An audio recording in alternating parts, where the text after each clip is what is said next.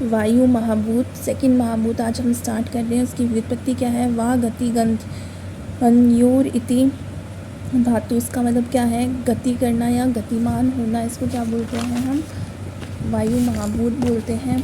फिर इसके पर्याय क्या है? वात, मारुत, अनिल, पवन, समीर आदि। ये सब हम बचपन से पढ़ते आ रहे हैं कि हवा के पर्याय क्या होते हैं। वात एक तरीके से हवा ही होती है, तो इसके पर्याय वात, मारुत, अनिल, पवन, समीर आदि बताए गए हैं। इसकी उत्पत्ति तैत्तिरीय उपनिषद के अकॉर्डिंग आकाश से बताई गई है। न्याय और वैशेषिक दर्शन वायु परमाणु से बताते हैं।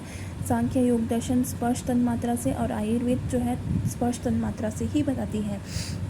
लक्षण क्या होते हैं इसका? रूप रहित स्पर्शवान वायु। जो रूप रहित हो परंतु क्या हो? स्पर्शवान हो, उसको हम क्या बोलते हैं? वायु बोलते हैं। वैशेषिक दर्शन के अकॉर्डिंग क्या है?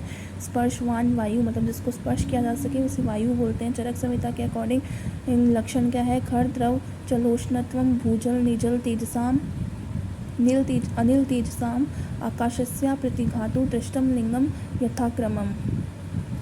ये जो श्लोक है ये आपको याद करना है। पांचों महाभूतों का श्लोक है। पांचों महाभूतों के गुण जो है वो इसी श्लोक में आते हैं, इसलिए ये श्लोक बार बार लिखना पड़ेगा और पांचों महाभूतों में लिखना पड़ेगा। जलत्व जो है वो वायु का गुण बताया गया है।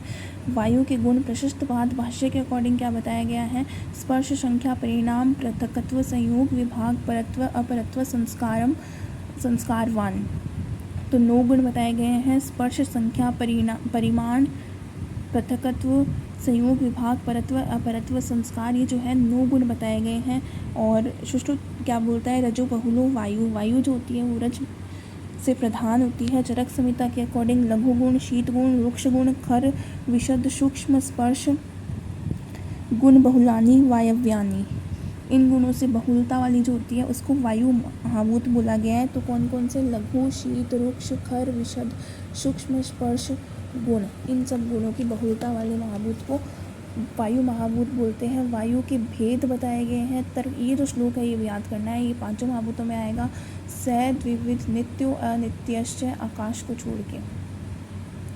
नित्य जो है वो परमाणु रूप और अनित्य जो होता है वो कार्य रूप होता है। इसके अंदर फिर टेबल दी गई है। वायु जो है वो नित्य और अनित्य 2 टाइप्स में क्लासिफाई की गई है। नित्य जो होती है वो परमाणु रूप होती है, अनित्य जो होती है वो कार्य रूप होती है। अनित्य के क्या है?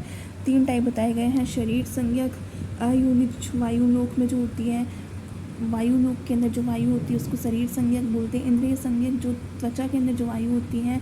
विषय संज्ञक शरीरगत और लोकगत। शरीरगत में कौन सी होती है? प्राण वायु और उपाधि भेद से वायु के कितने टाइप होते हैं? 5 होते हैं। प्राण, व्यान, अपान, उदान और समान।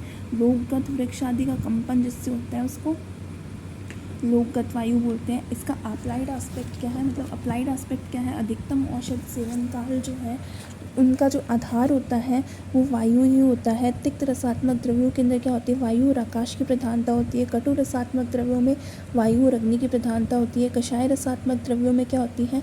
वायु और पृथ्वी की प्रधानता होती है। जो और इसके अलावा जो वायव्यात्मक द्रव्य जो होते हैं उनके सेवन से शरीर में क्या आती है? रुक्षता आती है, ग्लानि आती है, गतिशीलता आती है, विशदता और लघुता उत्पन्न होती है।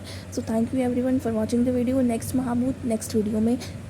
वीडियो देखने के लिए थैंक यू सो मच। इसको शेयर कीजिए जितना ज़्यादा हो सकता है। आयुर्वेद को सपोर्ट कीजिए और चैनल को सब्सक्राइब कीजिए, वीडियो को लाइक कीजिए और अच्छी लगे तो कमेंट भी ज़रूर कीजिए। Thank you so much.